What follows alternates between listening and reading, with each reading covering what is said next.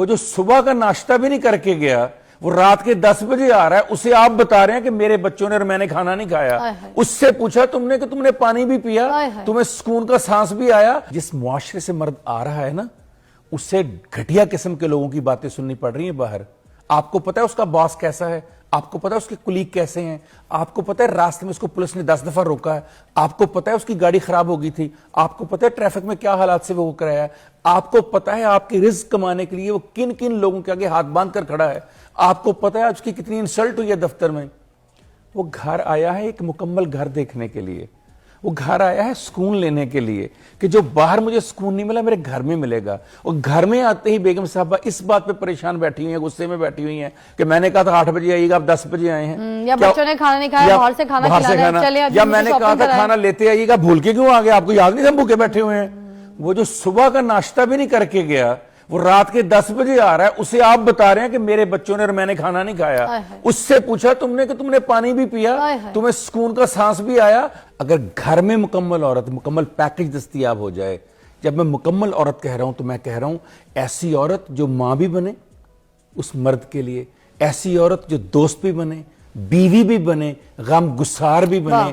اگر کسی کو نہیں سمجھ آ رہی تو بی بی خدیجہ سلام اللہ علیہا اور بی بی عائشہ سلام اللہ علیہا کی حیات طیبہ کو پڑھ لینا کہ مکمل عورت کسے کہتے ہیں۔ جب آ کے نبی نے کہا کہ مجھ پہ آج جبرائیل نے یہ کہا، تو جو بیان چند لائنوں میں بی بی خدیجہ نے کہا آپ کے لیے، جو ہمت افزائی فرمائی، وہ ایک مکمل عورت کی نشانی بیان کرتا ہے۔ اور جب عائشہ سے کہتے ہیں عائشہ آؤ بھاگ دیکھتے ہیں کون جیتا ہے، تم تیز بھاگتی ہو کہ میں، اور بی بی عائشہ بھاگتی ہیں اور آپ پیچھے رہ جاتے جتا کے عائشہ تم تو بہت تیز بھاگتی ہو۔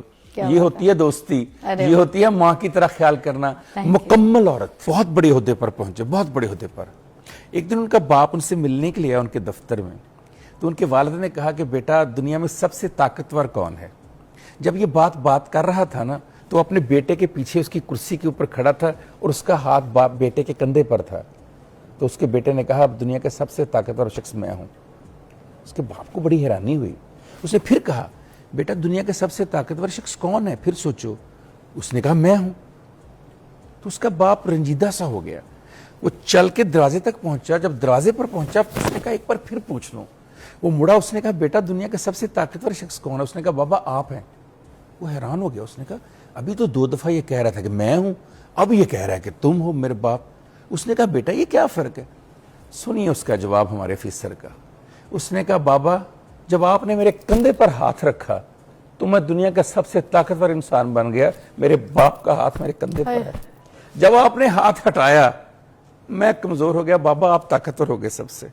یہ وہ ہاتھ ہوتا ہے دست شفقت باپ کا کہ جس گھر میں اوپر ہو، جس عورت کے اوپر ہو، جو اس کی بیوی ہوتی ہے، جو اس کی بہن ہوتی ہے، جو اس کی بیٹی اور بیٹا ہوتا ہے، جب تک وہ ہاتھ رہتا ہے آپ کے اوپر آپ دنیا کے سب سے طاقتور شخص ہوتے ہیں۔ کیا دنیا کا جو پہلا انسان بنایا گیا کیا وہ باپ نہیں تھا؟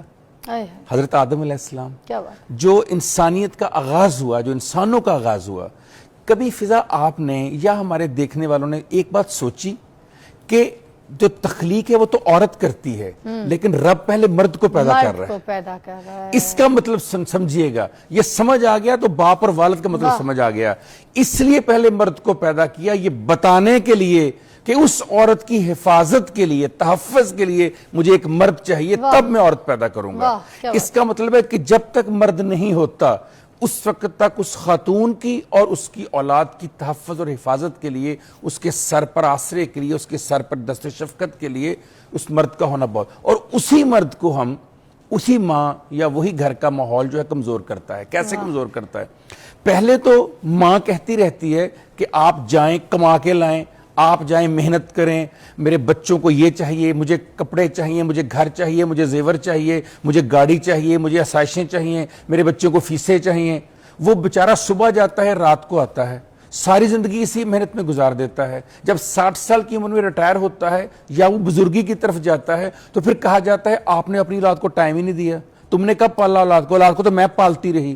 وہ جو سارا دن دھکے کھاتا ہے، جس کے جوتے گھس جاتے ہیں، جس کے گھٹنوں میں درد شروع ہو جاتا ہے، جس بندے سے کھڑا نہیں ہوا جاتا۔ فضا میں بچپن میں سوچا کرتا تھا میرے ابو کی جوتی ہر 6 مہینے کے بعد نیچے سے گھس کیوں جاتی ہے؟ کیا وجہ ہے کہ میرے والد کی جو ایڑیاں ہیں اس کو بدلنا پڑتا ہے ہر 6 مہینے کے بعد؟ اور کیا وجہ ہے کہ میرے والد رات کو آ کر کہتے ہیں میری ٹانگیں تو بیٹا دبانا؟ جب خود باپ بنے تو پتا چلا اسی اولاد کے لیے، اسی بیوی کے لیے، اسی گھر کی آسائشوں کے لیے جوتے گھس جاتے ہیں۔ آج مجھے پتا چلا جوتے کیسے گھستے ہیں۔